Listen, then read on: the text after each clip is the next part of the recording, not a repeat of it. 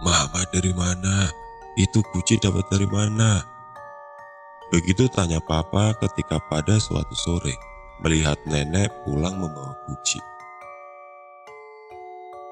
"Dari rumah Bu Suci. Itu kuci pemberian dia. Bagus kan? Mama taruh di ruang tamu ya." Begitu jawab nenek. Papa nggak bisa berbuat banyak. Dia harus menuruti apa yang nenek mau. Begitulah. Akhirnya kuci itu diletakkan di ruang tamu, tepat di samping sofa kulit panjang di depan lemari kaca. Jadi, menurut cerita dari Mbak Ida, sore itu mereka baru saja berkunjung ke rumah teman lama nenek, Ibu Suci namanya.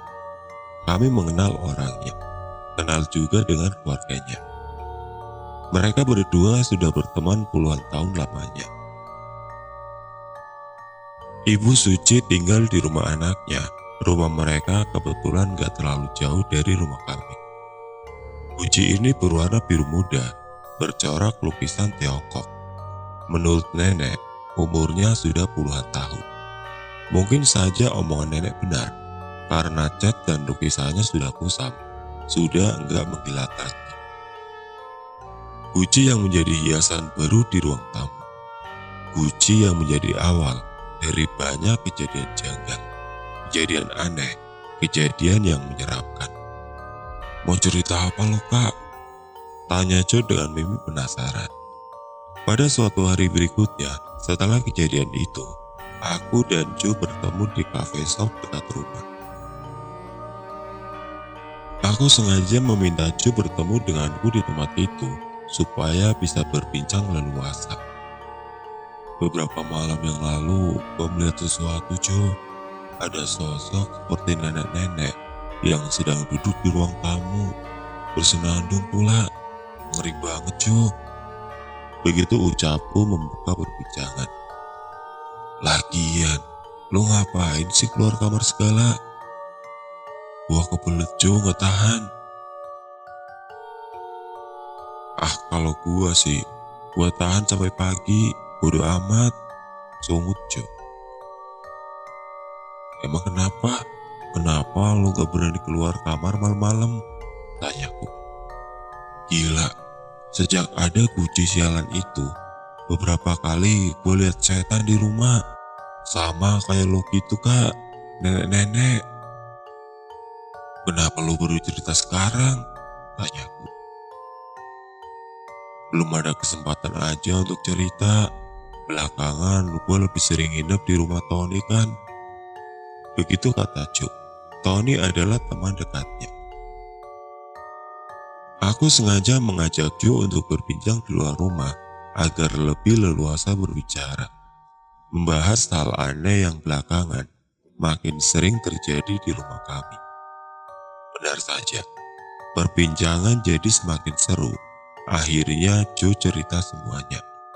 Cerita tentang banyak kejadian seram yang belakangan sering menimpanya. Pernah pada suatu hari, ketika Jo baru saja pulang kuliah, dia mengalami kejanggalan di rumah. Peristiwa ini terjadi hanya beberapa hari setelah nenek membawa pulang kuci.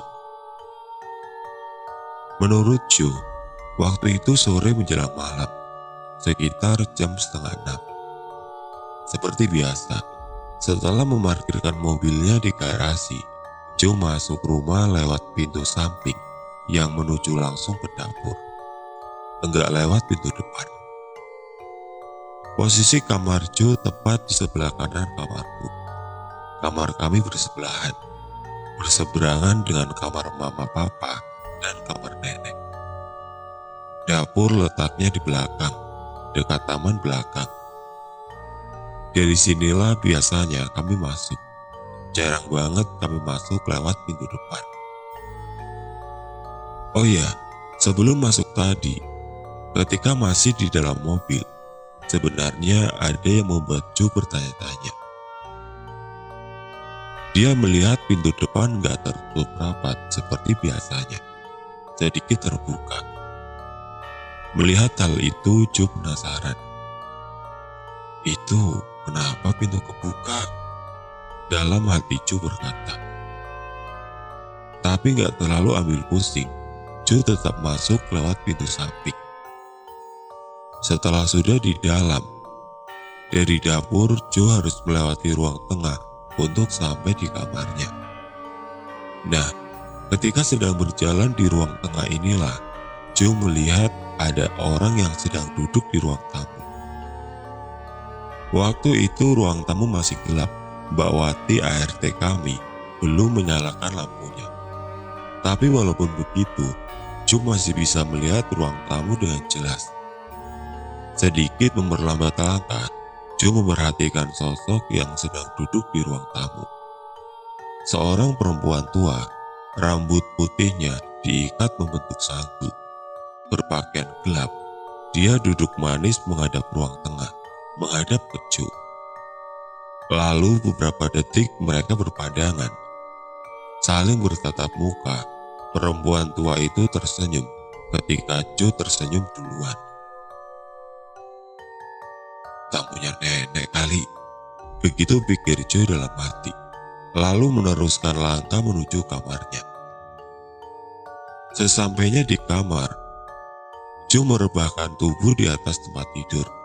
Pintu kamar masih dalam keadaan terbuka, memang sengaja dibiarkan seperti itu. Gak lama kemudian sambil rebahan, Joe mengeringkan dahi.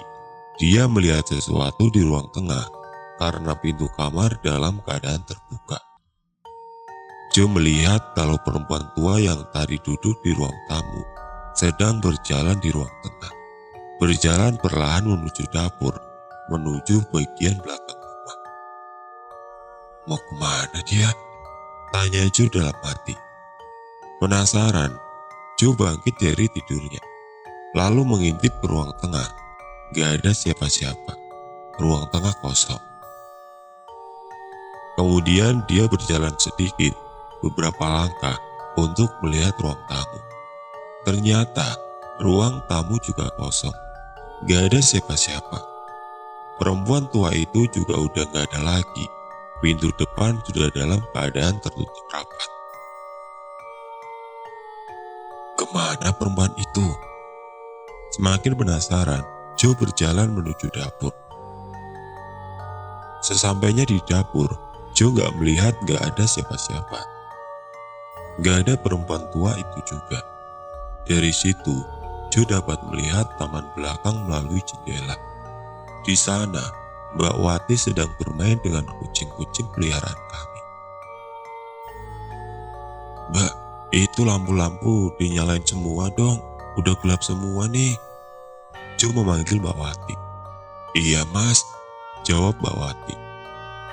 Di ruang tengah, Joe dan Mbak Wati berpapasan. Mbak, tadi ada tamu di ruang tamu. Siapa ya? Tamunya papa atau temannya nenek? Tanya Joe penasaran. Ya apa ya mas? Dari jam 2 tadi saya sendirian di rumah. Nenek sama Mbak Ida sedang ke rumah sakit bareng ibu. Dari tadi gak ada tamu. Saya sendirian aja sampai masuk pulang tadi. Jawab Mbak Wati dengan mimik wajah keheranan. Gak ada orang, gak ada tamu. Lalu siapa perempuan tua yang Joe lihat tadi? Banyak pertanyaan berkecamuk di benak Joe. Halusinasi kah? Sepertinya nggak mungkin. Karena jelas-jelas Joe bertatapan dan saling melempar senyum dengan perempuan itu tadi. Aneh.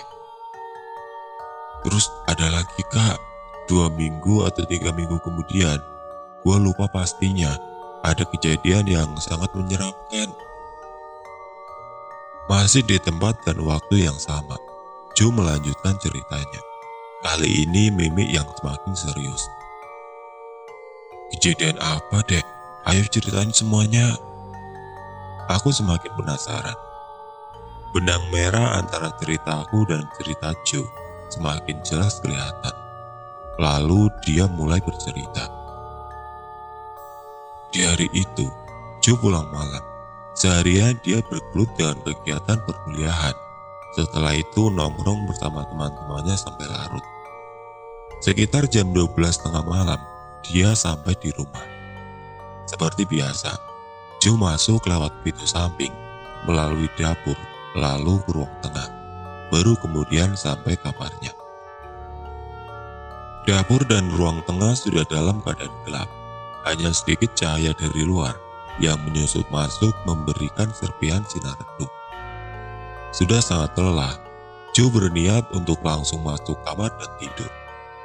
Tapi, ketika sudah berada di ruang tengah, Jo berubah pikiran. Dia berniat untuk ke toilet dulu, mau sedikit membersihkan badan dan buang air kecil. Seperti yang sudah aku cerita di awal tadi, letak toilet berada di antara kamar papa, mama, dan kamar nenek. Ya, akhirnya Jo berbelok arah menuju toilet. Kebiasaan kami, lampu toilet selalu dalam keadaan mati bila sedang tidak digunakan. Tapi malam itu, ada yang berbeda. Jo melihat kalau lampu toilet menyala, kelihatan dari lubang angin di atas pintu. Ditambah Jo juga tiba-tiba mendengar suara gemercik air jatuh ke lantai. Seperti keran air yang dalam keadaan terbuka. Tapi hanya sebentar, kemudian suaranya hilang. "Siapa yang ada di toilet?" tanya Jo dalam hati. "Kak," Jo memanggilku. Dia pikir aku yang sedang berada di dalam toilet, tapi nggak ada jawaban. Papa dan Mama punya toilet sendiri di dalam kamarnya. Mereka hampir nggak mungkin menggunakan toilet ini. Kebetulan juga, waktu itu Nenek dan Mbak Ida sedang menginap di rumah Om Fendi, adiknya Papa.